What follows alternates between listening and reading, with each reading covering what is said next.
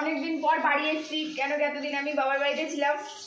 তো দেখো এসেই রান্না বান্না শুনছে। আর আমাদের দাদাভাই দেখো কী করেছে, আজকে মাছ নিয়ে এসছে, তারপরে এই যে মাংস নিয়ে এসছে। তো মাংসটাকে আমি ম্যারিনেট করে রেখেছি, তো ওটাও রান্না হবে। এদিকে রান্না হয়ে গেছে, উচ্ছে ভাজাও করে নিয়েছি, ভাত। এদিকে দেখো উচ্ছে ভাজা ভাত হয়ে গেছে। আর এই যে মাছ এখন ভাজছি, তো মাছ ভাজতে আমার প্রচণ্ড ভয় করে, যেহেতু মাছগুলো কীভাবে মানে সেটে গেছে এবং উঠতে চাইছে না। বলো কী করবো তাহলে? এই যে মাছটা রান্না করছি, এবং সর্ষে দিয়ে মাছ হবে। তবে এদিকে সর্ষেটাও মিক্সচার মেশিনে করে নিয়েছি আমি এটা।